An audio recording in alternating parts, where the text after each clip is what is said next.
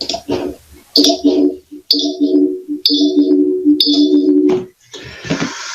Krishna, dear devotees. Welcome to the session where we are talking about, each devotee is talking about different prayers are mentioned in Bhagavatam. Today, it is my kind of first-hand experience in front of the camera, talking to the camera. So I'm going to imagine all of you are listening behind the camera, and I'm kind of trying to make a dialogue here, or assume that we are having an interactive session. It is very easy to be behind the camera many times. Now I feel like that when I'm talking to the camera. I hope I'll be able to glorify the Srimad Bhagavatam with the mercy of the Guru and all the Vaishnavas. So I humbly request all the Vaishnavas to bestow their mercy, so I can speak and glorify the Bhagavatam or the prayers which I'm going to talk about. And I hope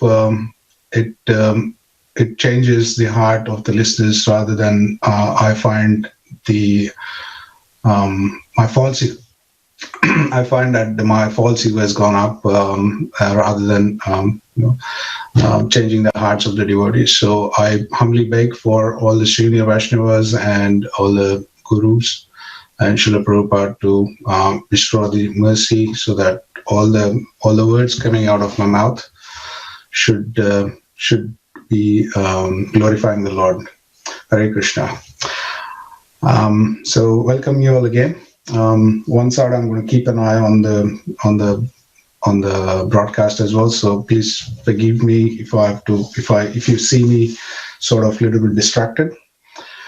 Today we are going to see the prayers of Lord Brahma, which is mentioned in Canto 3, Chapter 9, the prayers of creation.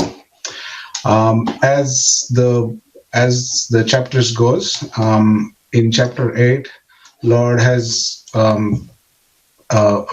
the manifestation of Brahma from the Garbhodakshaya Vishnu happens, and Lord Brahma goes down the stem of the lotus flower. He couldn't find anything there.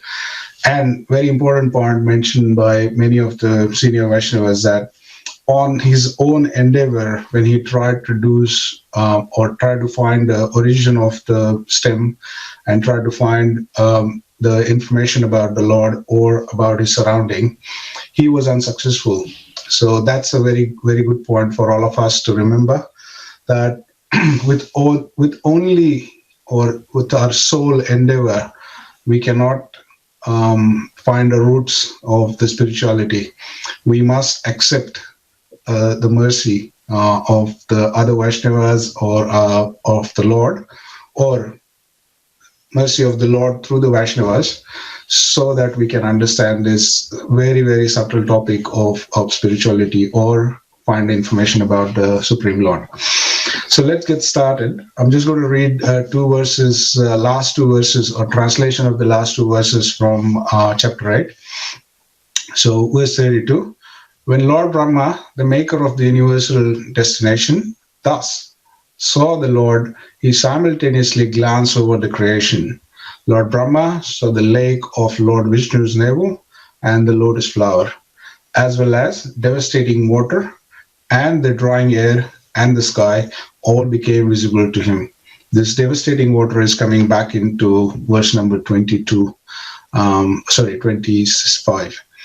So Lord Brahma, text 33, Lord Brahma, this being surcharged with the mode of passion, become inclined to create, and after saying 5 causes of creation indicated by personality of Godhead, he began to offer his respectful prayers on the path of the creative mentality. So that's where Lord Brahma goes into, starts the prayers to the creative energy, which is Canto 3, Chapter 9. So let's get into the way many of the Vaishnavas go into the giving the overview of this entire chapter. So chapter 1 to 5, verses 1 to 5 talks about the Lord's supreme form. Then verse 6 to 10 talks about the predicament of the conditioned soul. What does the predicament means? A difficult, unpleasant, and embarrassing situation of the conditioned soul. So verse number 6 to 10, that's mainly talking about the material verse. I'll take that as a personally talking about me. And 11 to 13, Lord's reciprocation with various devotees. So how does the Lord reciprocate with three types of devotees is being mentioned in from verse number 11 to verse number 13. From verse number 14 to 19, Lord Brahma is paying the obeisances unto the Lord. And that's where the beauty of or crust of the prayers are there. Apart from verse number 11, which is one of the most important verses within these 25 verses. And from verse number 22 to 25, so 14 to 20 or 19, 20, he pays obeisances. And from 20 to 25, he requests Lord to help him into the continue with the creation, and he requests the Lord to empower him, take the false ego away, or don't let not the false ego become the impediment in my creation. And then he requests to not to get influenced by Maya as well. So let's get into this. So let's get into the verse number 1. I'll read the translation. Lord Brahma said, "Oh my Lord, today, after many, many years of penances, I have come to know about you. Oh, how unfortunate the embodied living entities, that's us, are that they are unable to know your personality. My Lord, you are the only knowable object because there is nothing supreme beyond you," which is mentioned into the Asama Urdhva, as in there is no one equal to him and no one above him. Asama Urdhva. If there is anything superior, supposedly superior to, it is not absolute.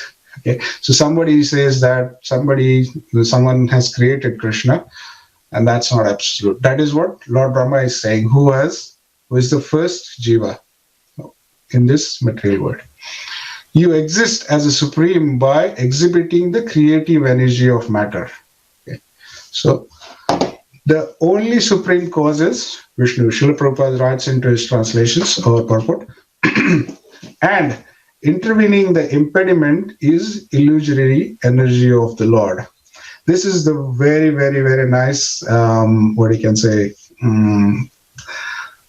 line, which is, I personally liked it into this purport, is, the Lord has employed his wonderful material energy in manifesting many, many wonderful distractions.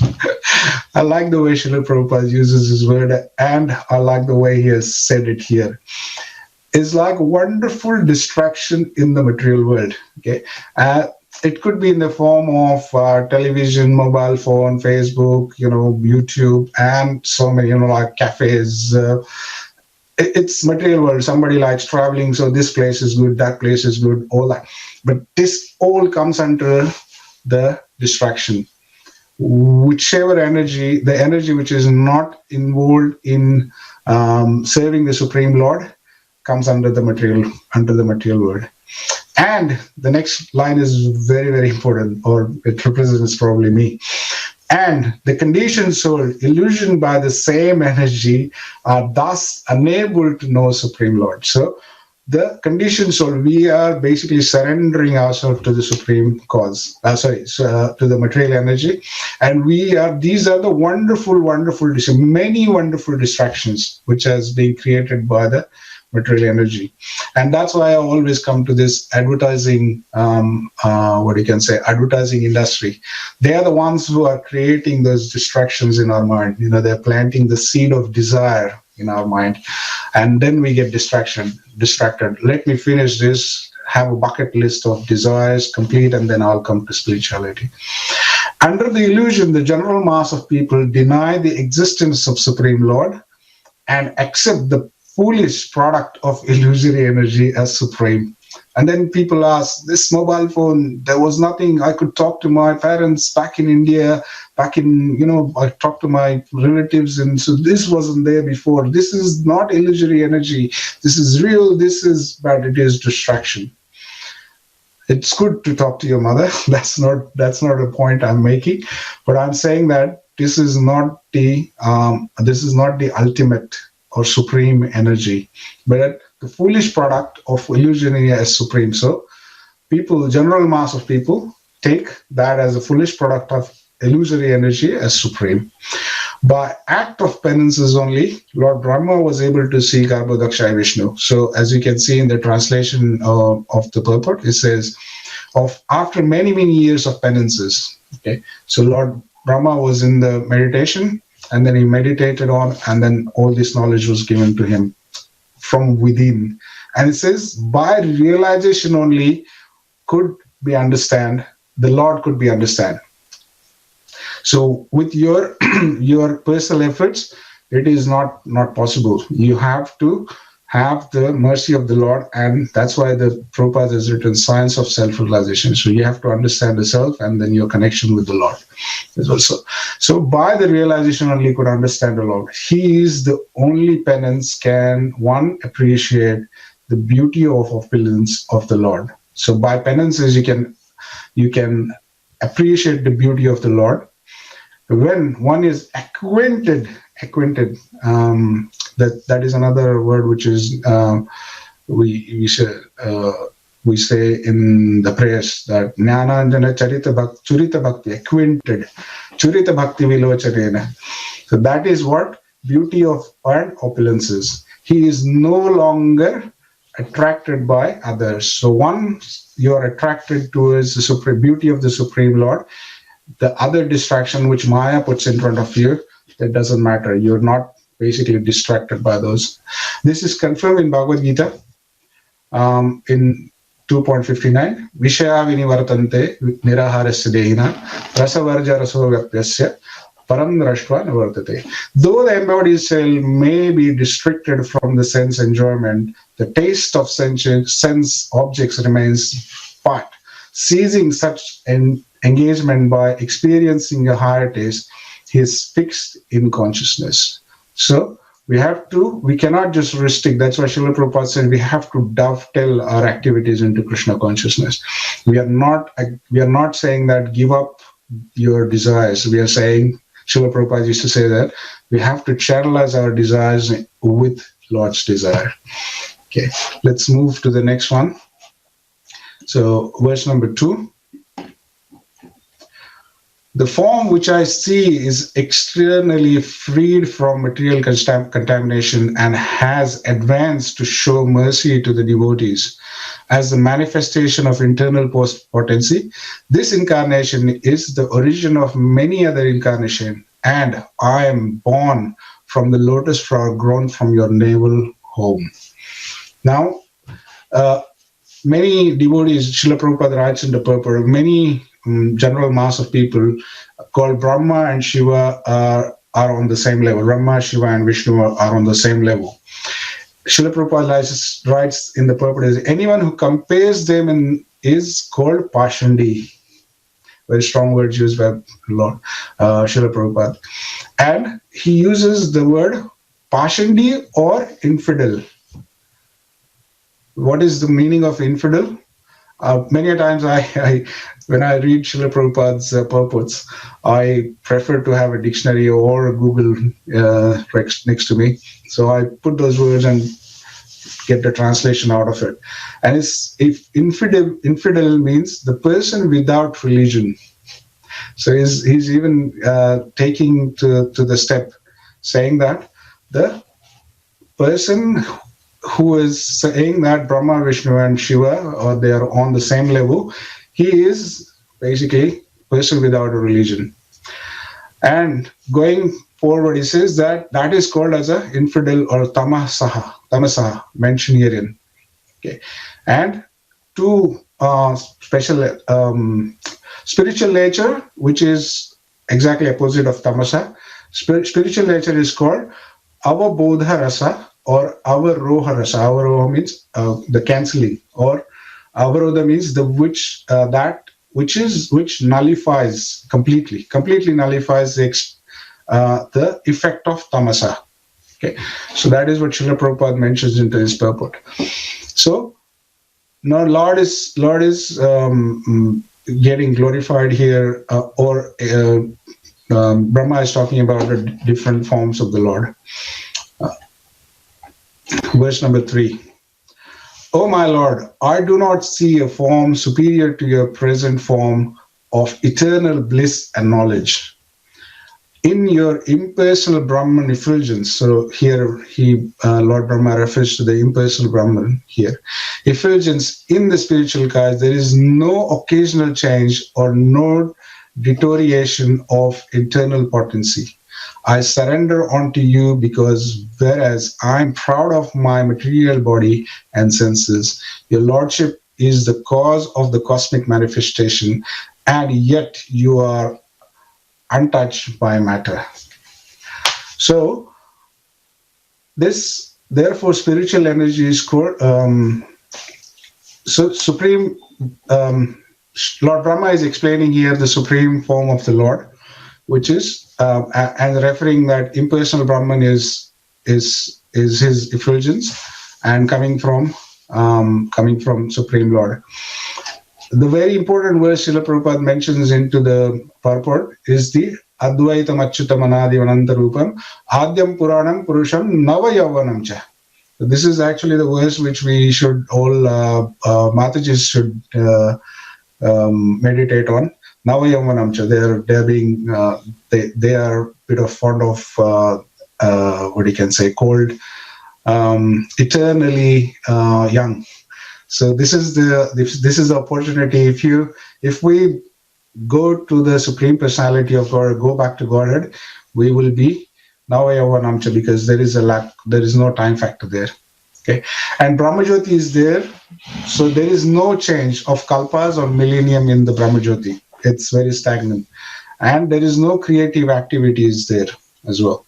Okay, so it is basically boring. Srila Prabhupada refers that person who is in the Brahmajyoti definitely falls down because there is no activity mentioned.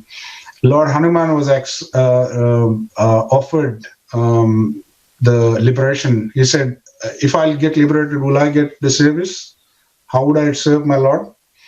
And then the answer was, once you're liberated, there's no service. You can't do this. This is Kaivalyam Narakayate. So it's basically, I don't want where I don't want to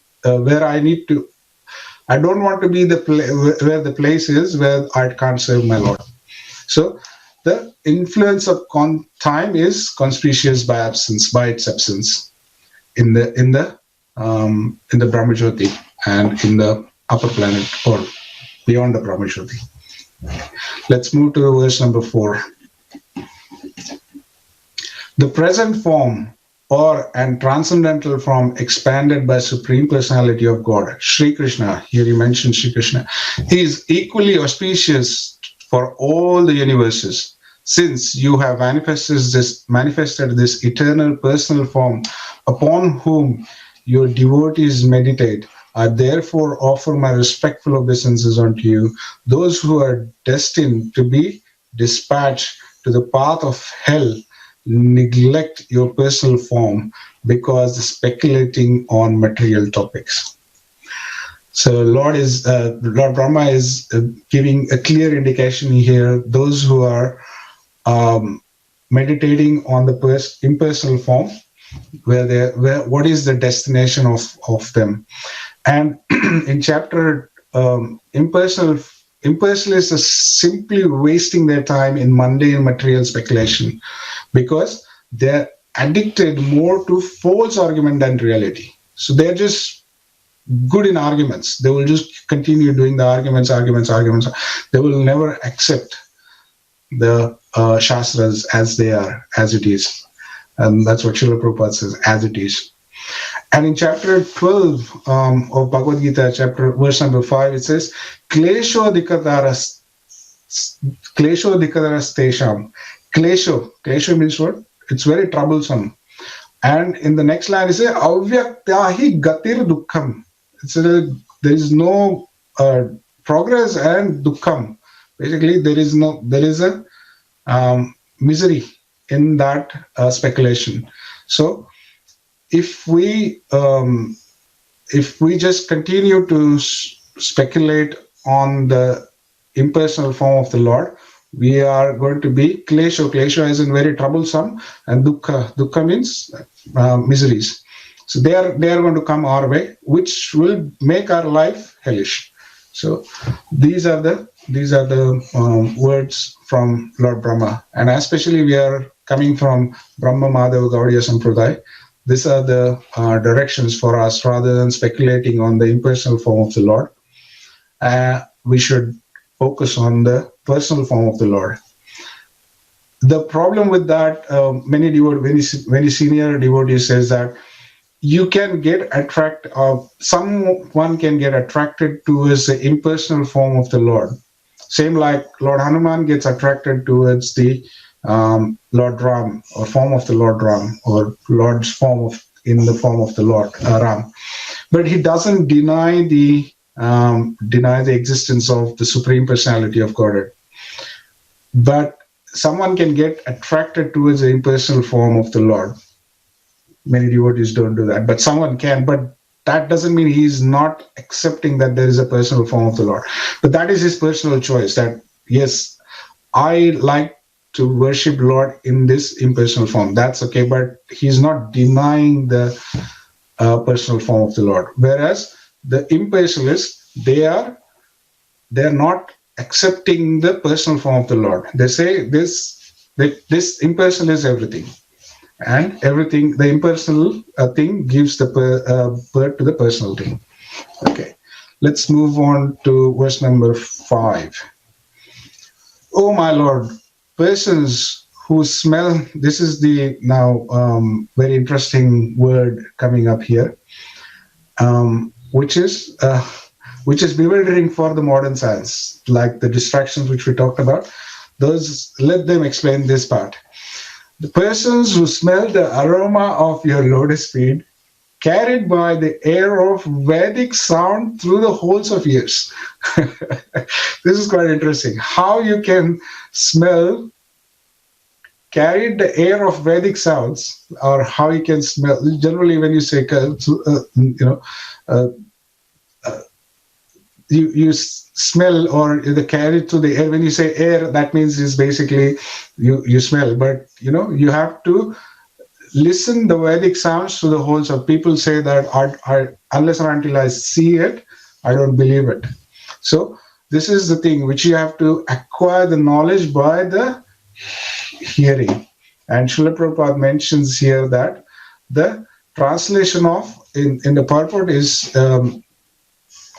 mentioning that para bhakti means as a spontaneous love of God. We have to have the spontaneous love of God, and is the basis of intimate relationship with the Lord. This higher stage of relationship with the Lord can be attended by simply by hearing about Him. Many times when we go to Vrindavan, the holy place Vrindavan, and every single devotee there, whoever has come with us to show us different places and explain different pastimes of the Lord, he has mentioned only one thing before we start, even for the day. He says that you cannot see Vrindavan through your eyes. You have to see Vrindavan through your ears. You have to take part into you have to close your eyes. You have to concentrate on the katha which is being spoken here. And that way you will relish, you will see the Vrindavan right in front of your eyes when your eyes are closed. And that's bewildering. Okay, so modern science has to explain that how someone can understand by closing the eyes, how someone can see by closing the eye. Sorry. And very important point which is mentioned here is the the spontaneous love of God. Spontaneous love of God is we have that spark in our body or in our consciousness, but we need to fan that with the sadhana bhakti. Okay, so we are basically doing the sadhana bhakti to achieve the spontaneous love, and it is there. We have to fan it so that that fire or that spark will become a fire of spontaneous love, and then once it is the fire has become full fire, then it is very difficult to extinguish it. Especially people who are in Australia, they know how the bushfires basically spread very quickly. Okay, and Lord, as Brahma has said, or Srila Prabhupada has said in his purport, that attained simply by hearing. So relationship with the Lord can be attained by simply by hearing about him, which is the form Nama, Rupa, Guna, and Leela. Okay, so in 4 ways we can attain the form of the attain the Lord, or reveal our relationship with these 3 processes. And from the very important point which Srila Prabhupada makes is that we have to listen, or the hearing should be tat shrunu, as in comes from the authentic source like Bhagavad Gita, Srimad Bhagavatam, and recited by the pure devotee or unalloyed devotee of the Lord. That's the qualification of it. Okay, let's move into the next section, which is 6 to 10, where it's mainly talking about, Lord is talking about the conditioned soul, which is me. Okay, manifestation. So in verse number 6, I'll read the verse number 6. Oh my Lord, the people of the world are embarrassed by all material anxieties. They are always afraid. They are always trying to protect their wealth, body, and friends. They are filled with lamentation and unlawful desire and paraphernalia.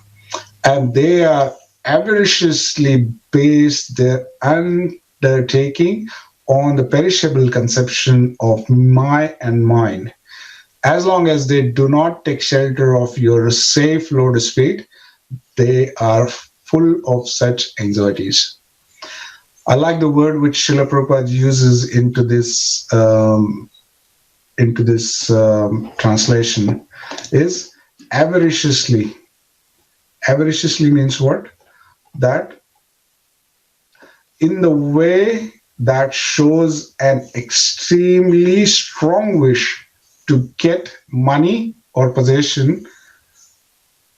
Let me take that again. Avariciously means what? In a way that shows an extremely strong wish to get or keep money or possessions. So this is how we are basically holding it tight together, that this is what is going to protect me from the material or material energy. This is what it is going to protect me. And we are where Lord is saying that perishable conception, the perishable conception of me and mine. So Lord Brahma is saying that the perishable conception of me and mine, and me and mine, my or mine, everything starts from I am the body. And Srila Prabhupada has always mentioned in his lecture that he starts with his lectures many times that we are not the body. And many what you can say, journalists ask him, don't you have any other message? And then Srila Prabhupada says, we are not the donkey. You're not donkey. And that's when he said, that's a different message, but it brings you to the same conclusion again. And nowadays, everyone talks about safety should be your priority. Safety should be the topmost priority. Here, Lord Brahma is saying that as long as they do not take the shelter of the safe lotus feet, safe word is used here by Prabhupada, they are full of such anxieties. They will continue to be in the anxiety all the time. Okay, verse number 7.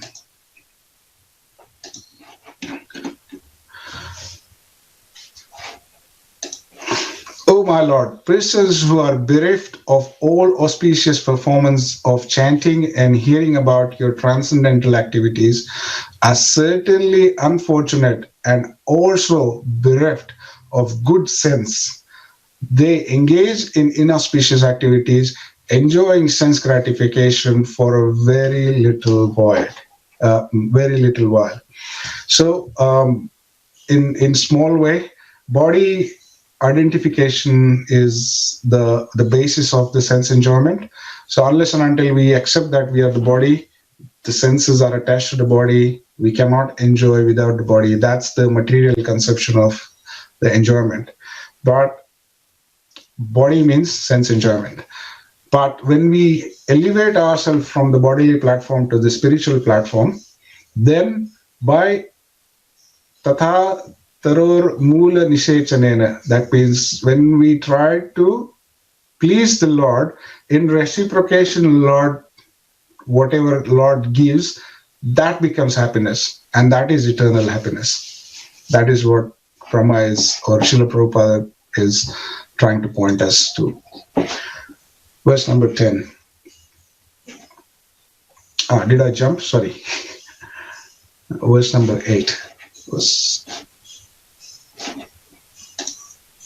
6. Yeah, verse number 7. O Lord, persons who are bereft from all auspicious performance of chanting and hearing about your transcendental activities, as said, I think I read this, I've taken a step ahead. Let's move to the verse number 8. O great actor, my Lord, all these poor creatures are constantly perplexed by hunger, thirst, severe cold, secretion, and boil, attacked by coughing winter, blasting summer rain, and many other disturbing elements, and overwhelmed by strong sex urges and indefectible anger. I take pity on them, and I'm very much aggrieved for them. Aggrieved for them. So we can just add coronavirus into this one. A great factor of my Lord. A pure devotee of the Lord is like Brahma, and the persons in his disciplic successions are always happy, or they are always unhappy to see the perplexity of the conditioned soul. So we say many times people are drinking, smoking, and they're wasting their hard-earned money into gambling, and various other four regulated principle breaking activities. The devotees who are in the disciplic succession of Brahma and all, other four sampradayas, or other three sampradayas to be technically correct, they are disturbed or very unhappy. How can I bring this person out of these miseries? How can I help? That is the conception of consciousness of a pure devotee. Okay, and they are basically conditionally unfortunate. There is no taste of the holy name. Only by grace of pure devotee, such unfortunate man can be elevated to the position of transcendental service. So that's why Srila Prabhupada said that one way or the other, we must engage someone into the some sort of service. So every one of us is being given a talent by Lord. Everyone has one talent. Someone is good at book distribution, someone is cooking, someone is doing decoration, someone is cleaning. So all these talents are to be used into the Krishna service. So one way or the other, we must engage ourselves into the Krishna service. Srila Prabhupada was asked once basically Srila Prabhupada says that I have no time for lust. So, that's how basically he has engaged himself into the Lord's service. That he says, even if it coming back to the 259 from Bhagavad Gita, that even if there is, I'm not suppressing it, but I am keeping myself engaged into the Lord's service, then it basically just goes away on its own. Okay. Let's move to the verse number 9. O my Lord, material miseries are without factual existence for the soul. Yet, as long as the conditioned soul sees the body as meant for sense enjoyment, he cannot get out of the entanglement of material miseries, being influenced by your external energy. So, body identification is binding the body is the sense enjoyment. Miseries are without factual existence for the soul. So material miseries are not for the soul, they are for the body. But as the soul is saying that I'm the body, he is basically getting all these miseries through the material energy. So material energy, we surrender to the material energy, and we basically get um, all those miseries which are given by uh, three types of miseries are coming to us through the material body, through the soul. And the soul thinks that I'm the body. That's why he feels all those miseries. That's why Srila Prabhupada mentions in Purport that we must dovetail our desires into the supreme will. Okay, let's move on to the verse number 10. Such non-devotee engage their senses. So this is the last words explaining about the conditioned soul. Such non-devotees engage their senses in very troublesome, extensive work, and they suffer insomnia at night because their intelligence constantly break their sleep with various mental speculation. They are frustrated in all their various plans by spiritual power.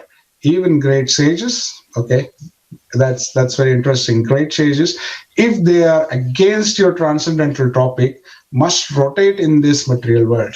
So if any one of the great sages is not engaged in Supreme Personality's service, that means he's going to basically come back into this material world again and again. As the says, Punarapi Jananam, Punarapi Maranam, Punarapi Janani Jatare Shayanam. That means Punarapi Maranam, Punarapi Jananam. Punarapi Jananam, Punarapi Maranam. You take a birth again, you die again. Punarapi Janani Jatare Shayanam. Janani Jatare Shayanam, that means you go into the womb of the mother. And it is very interesting that it is not mentioned which mother. It doesn't say that human mother. You can go into any of the 8.4 million species. So Punarapi Jananam, Punarapi Maranam, Punarapi Janani Jatare Shayanam. That is what explained by Adi Shankaracharya in his prayers. Okay. So, and Srila Prabhupada, or in the translation of the verse, Srila Prabhupada mentions suffer insomnia. Okay, and insomnia is what? Common sleep disorder. They can't even go to sleep because they're thinking about the material advancement, or what Srila Prabhupada is a progression, like economic development, double quotes, is driving them crazy, and then they are always thinking about how they can have more. More is better. That's the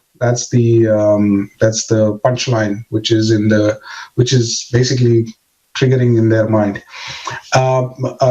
His Holiness Devamrita Maharaj says that now we have narrowed down the definition of success is that whoever ends up with the more number of toys. When he leaves his body, who has got more number of toys with him? That has become the narrow perspective of the success. And engage in distressing work. And Srila Prabhupada mentions in the purport that factory is another name of the hill. I used to work in the factory. I will tell you one experience, and you will be surprised. And I'm not quoting these numbers just through the thin air, but where we used to work, that particular company used to make 300 cars in a day. That means someone all over the country, someone has to sell those 300 cars in a day. And as you can imagine, 300 cars in a day, roughly, even if we used to roll out about one car per 1.5 minute, give and take. including lunchtime and all that, stoppages and everything. 1.5 minutes, and that wasn't enough. We were given a target to bring it down to 1 minute. So these are the what you can say. Factory is another name of the hill. That's what Srila Prabhupada mentions in his purport there. And frustrated, even Gyanis take part into the samsara. Even the greatest scientists, thinkers, the greatest scientists, how can I reach to the Mars and enjoy there again? Okay. What they're going to do, even though going to Mars is they're just going to do the four activities what animals do, which is the eating, sleeping, mating, and defending. These are the 4 activities which they will do. But they are the world. They basically suffer the frustration, and they never accept that Lord is the supreme. Okay, now from verse 11 to 13, Lord is, or these 3 verses, the verse number 11 is very important verse. He talks about various things, and through verse 11 to 13, Lord talks about, or Lord Brahma talks about 3 different type of devotees. Okay, so let's read the verse translation for the verse number 11. Oh my Lord, your devotees can see you through the ears. Okay, this is the mystery for the modern science. The devotees can see through the ears by the process of bona fide hearing, and thus their hearts become clean. And you take your seat there. You are so merciful to your devotees that you manifest yourself in a particular eternal form of transcendence in which they always think of you. So, Lord is the very important point which is mentioned here, as you through the years. So we have to see the Lord through the years by bona fide hearing, not by any Tom, Dick, and Harry in simple language. Thus, thus their hearts become clean. So we have to clean our heart, which is the cleaning of the mirror. So we have to clean our heart, which has been contaminated for years and years and years of contamination. So what this bona fide hearing does is basically cleans our heart slowly, bit by bit. As we do the chanting, the cleaning of the heart is taking place, because Lord is not accepting a filthy place to live. So once we start doing the activities of bona fide hearing, our heart gets clean, and that's when the Lord is basically starts manifesting his form there. Okay, and we have to make our heart like a lotus. So that's what Srila Prabhupada explains into his purport, that we have to make our heart like soft like lotus. And our Guru Maharaj, His Holiness Devamrit Maharaj, says that we always carry the lumps in our heart. We say, 10 years ago, this person has said this thing to me, and I forgave him at that time. But we are carrying that information that I have forgiven him 10 years ago for his such and such act creates a lump in our heart, and it never gets cleaned. That's why we have to, that's what he explains, that we have to forgive and forget. You have to do both. We can't just say forgive and keep that lump in our heart for forever. The conclusion is not order supplies. Basically, the conclusion is the Lord is not the order supply of the pseudo devotees, and he responds to the desires of the pure devotee, because the pure devotee's desires are non-different than Krishna, and because they are unconditional. Let's move on to verse number 12. Verse number 12 explains the three different types of living entities. Oh my Lord, you're not very much satisfied by the worship of the demigods. Okay, there you go. Who arrange for your worship very pompously with various paraphernalia, but who are fully of material hankering. You are situated in everyone's heart as a super soul just to show your causeless mercy, and you are the eternal well-wisher, but you are unavailable for a non-devotee. Okay, so for demigod, Lord is not so satisfied. Worship for material benefits, because they worship for material benefits or material hankering, what is explained by Lord Brahma. Devotees, he is very pleased. So the Lord is very pleased with the devotees, and non-devotees is basically not available. But now Srila Prabhupada touches a very interesting point into the purport. He says, now the question arises, if the Lord is sitting in everyone's heart, or even everyone heart who is non-devotee as well, why are they not moved to become devotees? Very interesting, isn't it? So Lord is sitting in everyone's heart, he can do everything, then why is he not changing the non-devotees to the devotees? And now Srila Prabhupada explains it further. It says, it may, Srila Prabhupada used the word may, it may be answered that the stubborn non-devotees are like the barren land or the alkaline field. Those who are coming from the farming background, they understand this. What is the alkaline field? Where no agriculture activities can be successful. So to get the good crop, we need to have three things together. One is the land, one is the seed, and one is the farmer.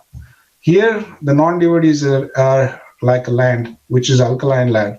Even though the bhakti, the seed of the bhakti is very pure, and the farmer who is the pure devotee or the Lord himself is there, who is sowing the seed, but if the land is not ready or not well prepared to accept that seed, we will never get a good crop. So that's what very interestingly explained by Srila Prabhupada into this purport. So let's move to the verse number 13. Verse number 13 talks about the pious activities. Okay, but the pious activities of people such as performance of Vedic rituals, charity, austerity, austere penances, and transcendental service perform with a view of worship you and satisfy you. So that's very important. All these activities should be performed to worship or to satisfy Lord by offering you the fruitive result are also beneficial. Such acts of religion never go in vain. Okay, so pious activities are what? Vedic rituals, charity, austerity, penances, and transcendental service. Such acts never go in vain. So verse number 2.40. Alpamapyasya dharmasya, swalpamapyasya dharmasya trayate mahato bhayat. So even if we do a little bit of transcendental or spiritual activity, that never goes in vain. So that's coming back to Bhagavad Gita here again. And Srila Prabhupada refers to Bhagavad Gita 9.27. Yat karoshi yad yasnashi, yad juhoti yad adasyat, yas tapasyasi kaunteya, tatkurush mad arpanam. Okay. Whatever you do, whatever you eat, whatever you offer, give away as in charity, and whatever austerities you perform, do that, O son of Kunti, as an offering to me. Okay, so that way the Lord is satisfied. That's when the next part of the translation comes into action, is the offering you the fruitive results are also beneficial. Okay, so that's in the third part of the prayers. Now we'll go into the fourth part, where Lord is paying the obeisances to the Supreme Lord. Okay. Let me offer my obeisances unto the Supreme Transcendence, who is eternally distinguished by his eternal potency. His indistinguishable, impersonal feature is realized by intelligence for self-realization. I offer my obeisances unto him who, by his pastimes, enjoys the creation, maintenance, and dissolution of cosmic manifestation. The distinction between the Lord and the living entity is definitely experienced when there is sufficient intelligence to understand his internal potency. Okay, so Lord, basically Brahman is worshipped by the Gyanis, and the Bhagwan is worshipped by the devotees, or the Bhagwan form, Brahman, Bhagwan, and the Paramatma. They are the three forms. So worshipped by the Bhagavan is the Sampurna form or complete form, which is the worshipped by the devotees. And you need to have the experience by there is insufficient intelligence to understand his internal potency, and by which as a distinguished from the external potency by which he makes possible the material manifestation. So material manifestation comes from the external potency, which is the mama maya durateya. Mameva prapadyante mayamita. So he's saying that this is my energy, which is the external energy, which is responsible for material manifestation.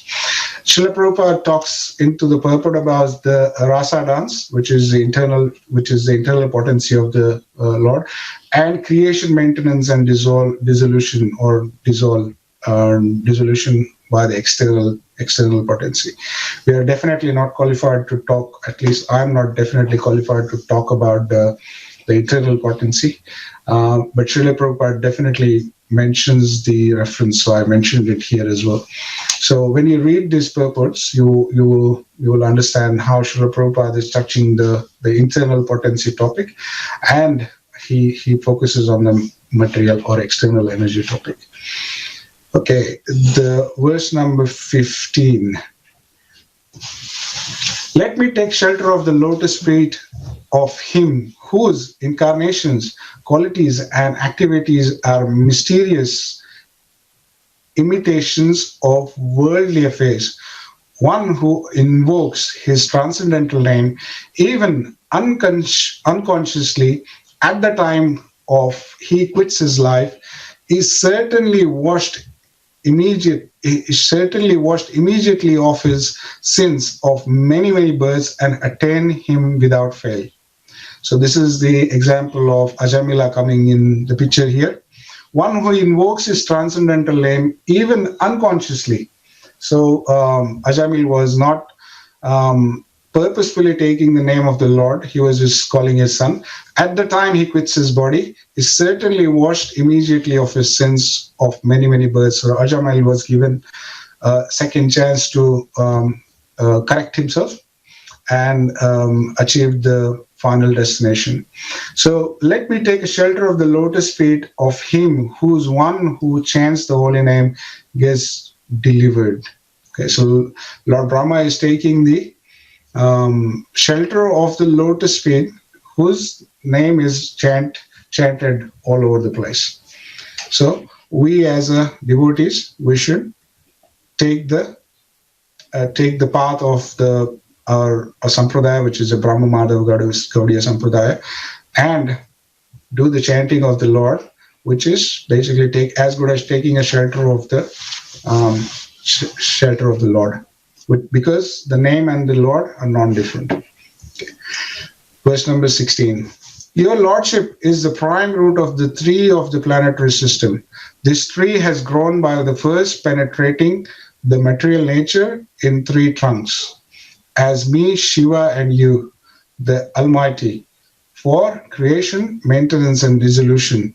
And we three have grown with many branches. Therefore, I offer my obeisances unto you. The tree of the cosmic manifestation. The tree of the cosmic manifestation. So, Lord Brahma is explaining the cosmic tree here, and explaining that the Supreme Personality of God is the root of the tree, or the plant prime root, or the prime trunk of the tree is the Supreme Personality of God. And the other verse which is referred by Srila Prabhupada into the purport is the Maya Dekshena Prakriti Suryate Chataradara Hetunaneta Kaunteya Jagatvi Parivartate. So Maya Dekshena Prakriti. So it happens under the my order. Maya Adhyakshena. Maya means my. Maya Adhyakshena. Maya as in mine. Adhyaksha means under my authority. This material nature is, and Surya and Charachara. Chara, Achara. So he's covering both there, which is the moving and non-moving both. They are covered into my under my potency, or under my energy. Okay, so now let's move to the verse 17 and 18. Let's see that together because they carry the sort of similar essence. People in general all engage in foolish act, not in really beneficial activities announced directly by you for their guidance. As long as their tendency for foolish works remains powerful, all their plans is in the struggle for existence will be cut into pieces. I therefore offer my obeisances unto him who acts as eternal time. So Lord is saying that I'm the time in Bhagavad Gita. So he says, I'm the time. So time will cut everyone's plans. There's a life is cut short. The plans are being cut short. He or she wanted to live longer and enjoy the life. He left his body while he was doing what he liked the most.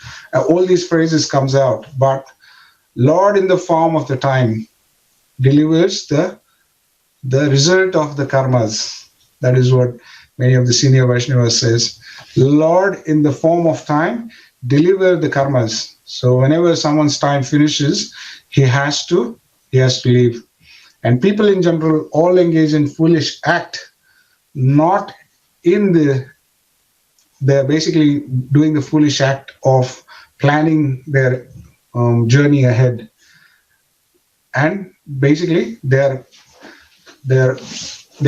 trying it tirelessly till the end of even the person age of 101 or 120.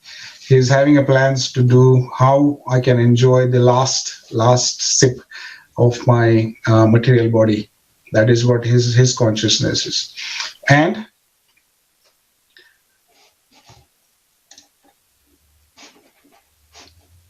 Lord is saying that Lord Brahma is saying that they are being tirelessly doing, and they've been called as foolish workers, like the factory workers, like as I was and I am. So foolish workers remains powerful. The tendency of foolish work remains powerful. That's when they are very dangerous. All your verse number 18. Your Lordship, I offer my respectful obeisances unto you who are infallible time and the enjoyer of all sacrifices. So that's coming from chapter number 3 of Bhagavad Gita. Although I am situated in an abode which will continue to exist for time duration of 2 paradhas, although I am the leader of all other planets in the universe, and although I have undergone many, many years of penances of self-realizations, still I offer my respect unto you.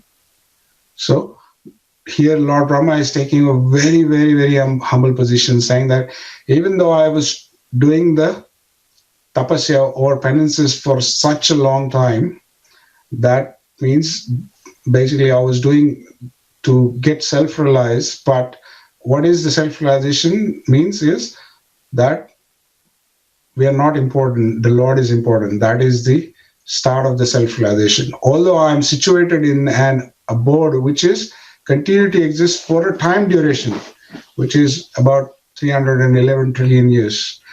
So it is going to, Lord Brahma is going to live that long, but he's saying that I basically offer my obeisances to you because he understood that he is perishable. Let's move to the verse number 19. So Lord Brahma continues the obeisances here. Oh my Lord, by your own will you appear in the various species of living entities among animals lower than the human beings, as well as among the demigods, to perform your transcendental pastimes. You are not affected by the material contamination. You come just to fulfill the obligation of your own principle of religion, and therefore, O Supreme Personality, I offer my obeisances unto you for manifesting such different forms. So this is very interesting. You come just fulfill the obligations of your own principle of religion. Paritranaya sadhunam vinashaya cha dushkritam dharma samsthapanarthaya sambhaho abhiyuge. Thank you to B.R. Chopra. Sorry, not to B.R. Chopra, to Lord for reciting that verse, but thank you to B.R. Chopra for making it very popular. Okay, so the principle of religion, and therefore the Supreme Personality, I offer my obeisances. Now, basically, Lord Brahma has explained the different forms of the Lord, or he has paid obeisances to the different form of the Lord. He has explained the conditioned soul, what is the situation of the conditioned soul, and then he explains the various devotees after the conditioned soul. He explains the various devotees. He says the conditioned soul will never accept, he will get entangled into his own arguments. And then even if we come to the next stage where the demigods are there, the devotees are there, then the non-devotees are there, what are the conditions of them?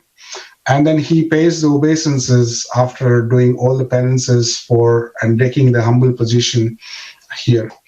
So in the verse number 19, he says that avajananti ma muda, which is coming from verse number 9, chapter number 9, verse 11. Fools deride me when I descend in a human form. They do not know my transcendent nature as the Supreme Lord and all that be.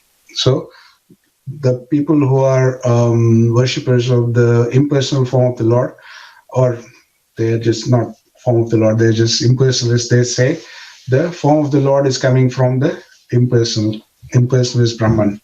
Okay. Now, Lord Brahma goes into the next session, or not next session, but we take that as the next session.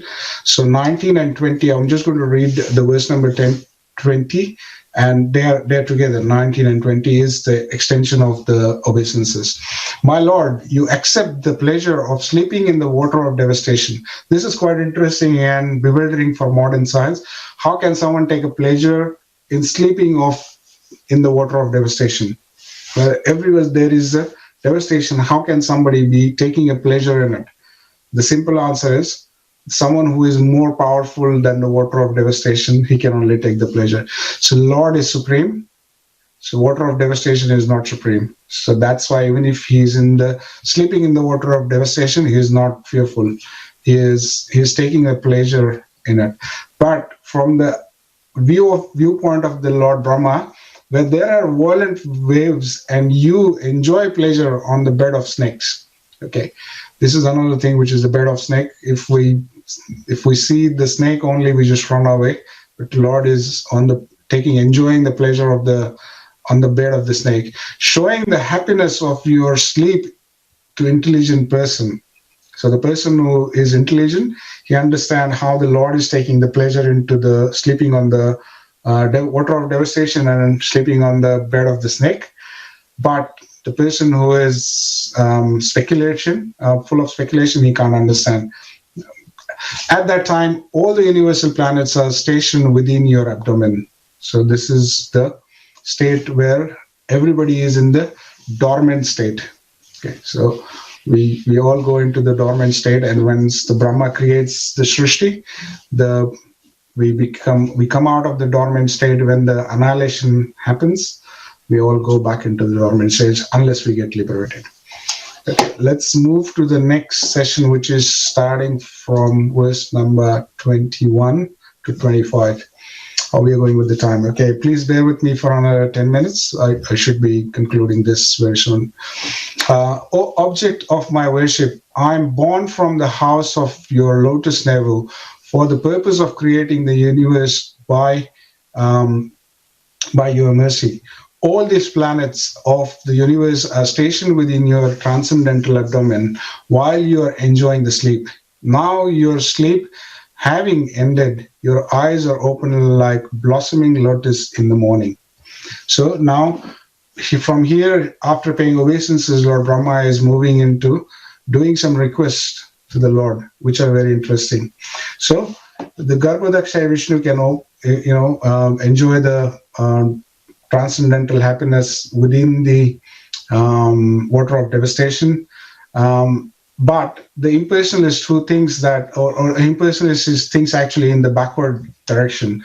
What Srila Prabhupada mentions here is that there is no form in the matter.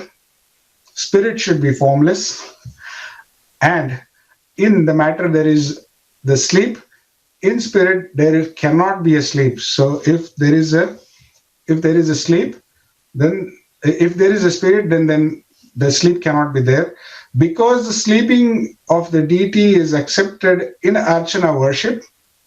So the form of the Lord lying down on the bed of the snakes, and he's in a yoga nidra. That is what it is called.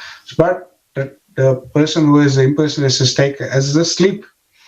And then he says that that's why the archana is also Maya. What your archana is, what you're worshipping is also Maya. So he is basically Jagan Satya, Brahman Satya, Jagan Mithya. That is what he is coming to the conclusion. The whole philosophy is Mayavadi philosophy, or Mayavadi school is based on the not this, not that, which is neti neti, and basically that is material. That is what Srila Prabhupada explained into his purport. Now, coming to verse number 22, where Lord Brahma starts requesting the Lord. Let the Supreme Lord be merciful towards me. He is the one friend of and soul of all living entities. Aham Adirhi Devanam and Aham Bija Prajapita. Entities in the world. And he maintains all for their ultimate happiness by his 6 transcendental opulences, which is the Aishwaryasya Samagrasya, Viryasya Yashasriya, Jnana Vairagyaschaiva, Sharnam Bhagavati Namakana. That is the definition of Bhagavan given by Parashar Muni. May he be the merciful towards me, so that I, as before, may be empowered with the introspection to create. That is a very interesting point, which Srila Prabhupada mentions in the purport as well. He wants Lord to empower him to what? To introspection to create. Okay? Not that I am the powerful now, whereas many of the demons, they say, now I'm powerful, I'm going to take a revenge. So they take the blessings or benedictions from Lord Shiva and start running behind Lord Shiva. So that is not the situation of Lord Brahma here. Lord Brahma is saying that maybe the empowered with, he's taking a very humble position, empowered with the introspection to create. For I am also one of the surrendered soul who are dear to the Lord. Okay. So he's saying that, please empower me. You can only empower. Without your powers, I cannot create as well. Okay, let's move to the verse number 23. Now, this is also a very interesting request what Lord Brahma is doing to the Lord, which we all should be contemplating on, at least as a Gaudiya Vaishnava. The Supreme Lord, the personality of Godhead, is always the benefactor of the surrendered soul. His activities are always enacted through his eternal potency, Rama, or the goddess of fortune. I pray only to engage in his service in the creation of material world, and I pray that I not be materially affected by my work. So I should not take the pleasure that I have created this. I should be always knowing that all the strength is coming from you. So balab badavatam chaham. That means I'm the strength of the strongest. I should remember this. That is what Lord Brahma is saying. For thus I may be able to give up the false prestige of being the creator. So Lord Brahma is saying that protect me from the false ego. Srila Prabhupada mentions in the purport, foolish men went to take the credit for all creations, like creation. I have created this, I've created that, I'm the creator of that, I'm the creator of that, I'm the creator of that. Let's take an example. I'm not pinpointing some professions, but say, for example, the programmer, this is, I've created this program, this is fantastic. But now we take one step back and ask who has facilitated you to do the programming. In both ways, as in terms of your intelligence and in terms of who has created the computer. You haven't created the computer, nor you have created the intelligence. Okay, let's take one step back. Somebody will say, I've created a computer. And then, okay, where did you get the ingredients from? I've created the ingredients. No, you haven't created the ingredients. You have just found the combination of the ingredients to make something. The ingredients are being given by Lord. So who has made the ingredients and who has made the give you the ability to mix those ingredients together? So if we continue to go a step back, we find that the Lord is the one who is behind everything. Okay, not a blade of grass can move without the will of the Lord. Thus, all the credit for wonderful creation must go to Him. Okay, so now moving on to verse number 24, in the same humble position what Lord Brahma is having. So let's go into this position.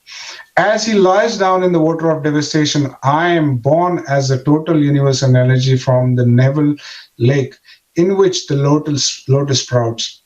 I am now engaged in manifesting his diverse energies in the form of cosmic manifestation. I therefore pray that in the course of my material activities, I may not be deviated from the vibration of the Vedic hymns.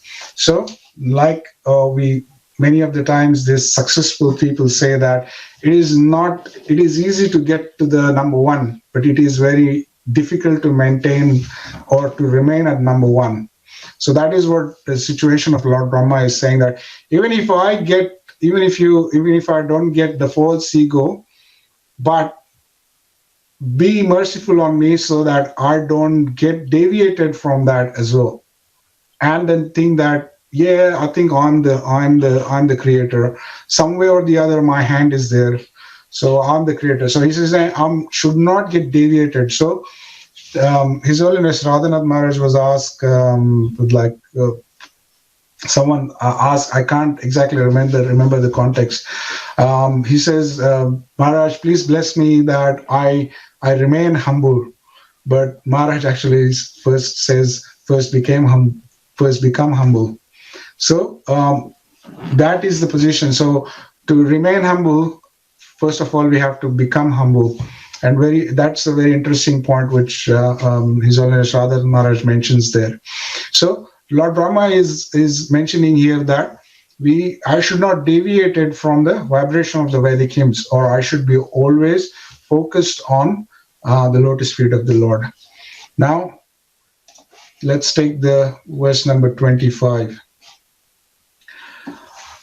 The Lord, who is supreme and is the oldest of all, is the ultimately merciful. I wish that he may smilingly bestow his benediction upon me by opening his lotus eyes. He can uplift the entire cosmic creation and remove our dejection by kindly speaking his directions. So Lord Brahma is requesting to Supreme Personality of Godhead, or Vishnu, that please give us the directions here. So please wake up. He can uplift the entire cosmic manifestation. So he is basically capable of doing what is required to get this material creation going and remove our dejection.